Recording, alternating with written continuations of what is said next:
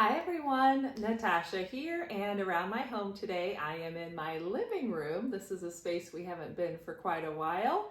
Today is the last Tuesday of June, so that means it's time for another Tiny Tidy Tuesday. And of course, because it's the 5th week of the month, I'm doing my Zone 5, the living room. So today we're going to do a little quick Tiny Tidy here on this end of the bookshelf.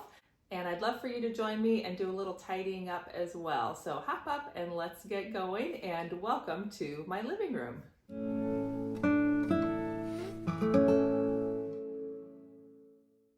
So of course, because it's another tiny tidy project, I brought along my trusty timer. This is my favorite tool.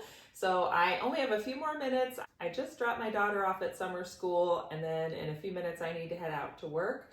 So before we get too far into it, let's set the timer for 10 minutes and we can get started. And I did want to mention someone had commented that they couldn't believe what I was able to get done right before work. And for me, I work best in the morning, so that's why I like to do my tiny tidies first thing in the morning. I'm fresh, I can think a little more clearly and more quickly, make decisions, but if I try to do these in the evening, I'm tired. By dinner time, I'm done. So I don't do as well trying to do quick projects like this. So you just have to know yourself and find the time of day that works best for you, or perhaps the time of the week if you have certain days of the week that are easier to get things like this done. But it is always a good reminder to me how much I can get done in such a short amount of time. Okay, so this section of our bookshelf, this is actually a bookshelf my dad made, so shout out to my dad. Thank you for all your beautifully handmade wooden items he's given us around our home. So he made this for me years and years ago, actually at our old house, and I love it because it basically functions as the big storage piece of furniture here in our living room. That 2/3 of it is mostly toys right now, but I liked keeping all the books together. These are all the children's books here. So we have a few games on the top. I am sort of thinking it might be time to pass on this one and this one because my daughter has basically outgrown them. They were more for toddlers like age 2 to 4, or it says ages 3+. So they are good for families if you have younger children and then a few older kids, they can kind of all play together. But we haven't played them in a long time, and now at this point it would be, do we want to just keep them around for cousins who come to visit that are a little younger, or future grandchildren, which is a big long ways off. So I'm gonna just double check with her and make sure she doesn't feel like we need to keep them, but it might be time to pass those on. So those are going into a maybe pile. Sequence for Kids is a good one where we are right now. I believe this is a puzzle set. These are Peppa Pig puzzles, I'm pretty sure, just by the looks of them. And I can almost guarantee she does not want to keep them. She has never been a huge Peppa Pig fan, and long ago said she didn't really like them. So I know for sure we can pass those on in that nice little wooden box. So I'm just gonna stick this back up here for right now because I know I want to keep that. This is from my grandmother who's passed, so we're keeping that. There's probably going to be a lot of these that, even though we've outgrown, I'm going to keep because I do like having a small collection of books that are just always there for whenever we have children around visiting or whatnot. Minnie's Big Day, I feel like we could let go of that one. My daughter was never into Minnie Mouse. ABCs, that's kind of a good classic. We love Peter Rabbit. We actually had a Peter Rabbit themed nursery when she was little. At least I love Peter Rabbit. So I'm definitely keeping that one. I believe I got that as a shower gift too, so that's sweet. I like Disney. I grew up watching Disney, and so things like this appeal to my inner child, but my daughter is of this new generation, and so she's never really gotten into Disney as much. So this is one that I'm kind of on the fence on, just because I think we got it as a hand-me-down. It wasn't any kind of a special gift. We didn't read it a ton. Pete the Kitty was another one. She kind of like had a short phase where she was into Pete the Kitty, but wasn't anything we really loved or read a ton.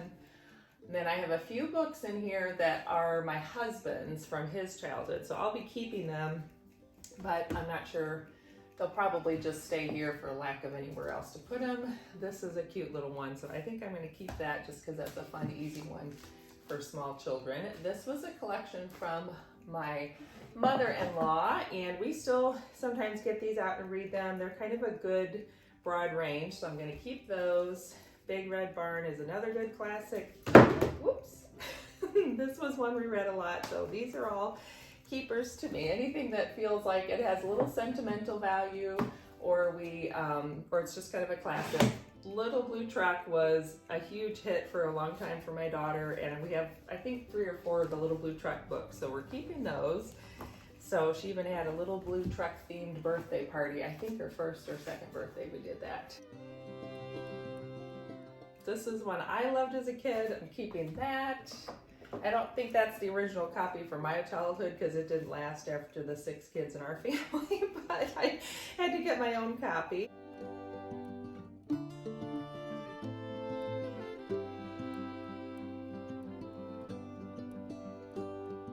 I think I'm okay letting that go. I know those are kind of classics, but they just didn't appeal to us. So I'm going to put all these back on the shelf because I know these are keepers, and that way my pile here is manageable. And then I can move on to the next shelf. And that all fits in there a little better. I had some of them that were hidden in the back before, so we no longer have that. And then the one of my husband's I might just set on top for right now. Oh, and speaking of things sitting on top, this was one, I'm not sure how we acquired this. My daughter loves to play Minecraft. She certainly is not going to be reading this book anytime soon. So I feel like there's probably a kid out there that would love that book, and we're gonna pass that on. Let's start closest to me and I'll work away. So these are actually a bunch of books. I think she got these maybe as a Christmas gift. And they're a level 2 reader. So I had forgotten about these. So this is a good reminder to me because we've been looking for something different to read at bedtime. And I might grab some of these for her to come out, look through and then pick one out to read. This is another one of my husband's, Secret Agents 4. And there's one tucked back here I can see. And Along Nature's Highway. I don't even know if these are things he actually read or he just has had them since childhood and wanted to keep them. Oh, and of course the Hardy Boys. So those are all his little collection there. Then Disney, this was a princess puzzle book. I'm sure we can let that go because, like I said, we're not into Disney princesses anymore. Count the Ways, Little Brown Bear. This one I don't remember reading with her, so this must have been a hand-me-down. I feel like it's one I could let go, just because I have no emotional attachment to it, and we have lots of good books. This is one I got in college, love it still. I'm going to keep that. All right, and then we have some Dr. Seuss, which I feel like Dr. Seuss is pretty classic. Cat in the Hat, so the foot book, we're gonna just have all those that stay. And this one is a set I got, trying to fix this one book here. So it's 4 of the Peter Rabbit books, or stories, into 4 little books. That was another shower gift, and I would like to keep that. So I think I'm gonna actually set that up there for right now because it's more of the young reading experience. Again, my childhood, this one's staying just because I love it. I don't think she ever got into it, but man, I remember, oh no, this is taking longer than I thought. I remember watching this movie when I was a kid with my siblings, and we just loved it. We watched it over and over again. Okay, so I think I'm gonna just try to finish this shelf. Let me do one more timer for 10 minutes, and then, so this will end up being a 20-minute tiny tidy. This one I'm going to keep because you can record your child's singing, and there's multiple ones on here from multiple years of her singing, which I haven't listened to in years, but that is the sweetest thing ever.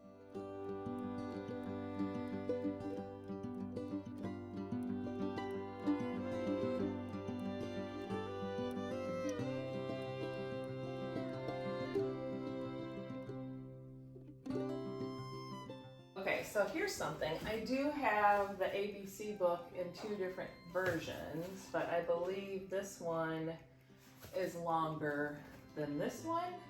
But I also think I wasn't as thrilled with reading this one. It seemed like it was too long, whereas this felt appropriate. So I think I'm actually gonna let this one go, because one copy is enough. I remember that bigger book, it just had more words and more pages, and it seemed like it took too long to read. You know how that is. Oh, and just in case, here's another copy. So I guess we've inherited one, we got one. I'm not sure how we have so many copies of that, but I think we're done. All right.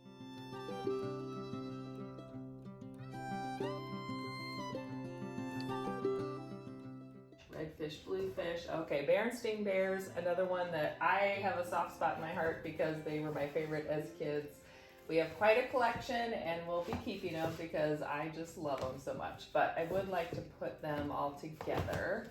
So let me see, we have a Bambi, Story of Bambi, and see, she's never seen Bambi, and I don't know that we need to keep that one. That's a hand-me-down, I'm sure. There's also,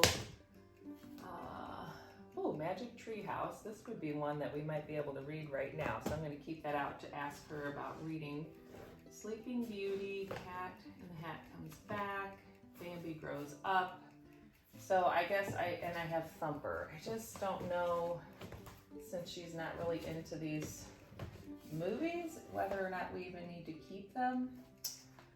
So I think I'm going to ask her, and I'm sure I'm even stalling and delaying about making that decision because they're something from my childhood, but Bambi was one of those that I cried and it was so sad, and I don't know that I really want to watch it a lot. That one's just funny to read.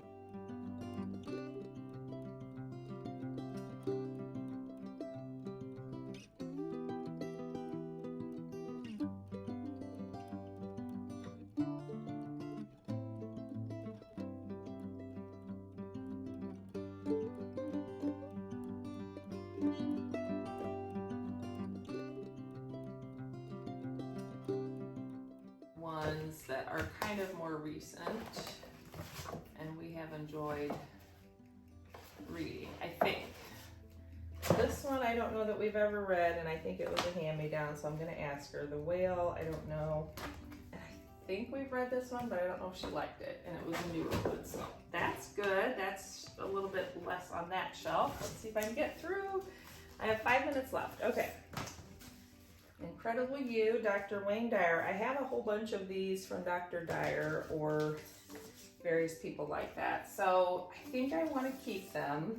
I haven't read them in a while, but I feel like they're just good books to have on hand. And those are taller. This one is a favorite of mine. And this one we did read a lot, so I'll keep that. Okay. Move some of those up, and then let's start here and see if I can quickly get through these.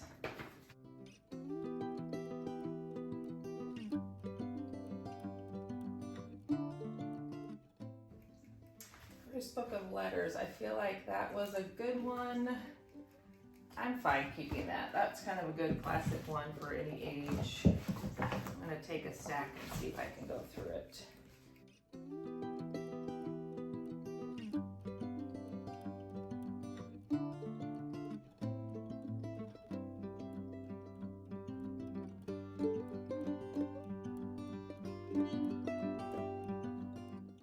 Anybody else remember reading Rainbow? This one has been around since my childhood and it still cracks me up. It's called Could Be Worse by James Stevenson. So if you ever see it, give it a read. I think it's pretty fun. And Marla Frazee, these are some other books. We have quite a few of hers, but I love the illustrations and my daughter loves those, so we'll keep those.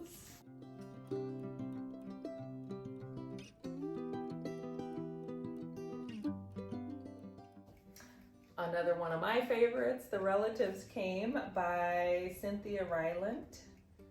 Very fun. That's been around, I think, since I was a kid.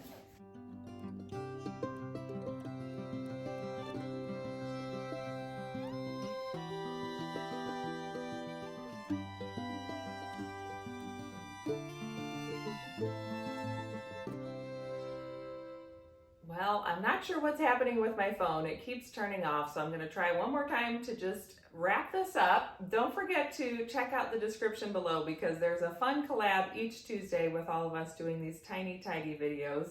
It's hosted by the lovely Sunday Dawn over at The Helpful Home, so I'll have the playlist linked below and you can check us all out and see what space each of us is decluttering today. Basically, I went through each shelf. Now I know what's on the shelf. I'm keeping the things I either love or know I want to have on hand long term. And it's been really good just to go through here because this was a space that kept annoying me. When I walked into this room, I'd see it and think, oh my gosh, I can't get any more books on there. I don't even know what I have.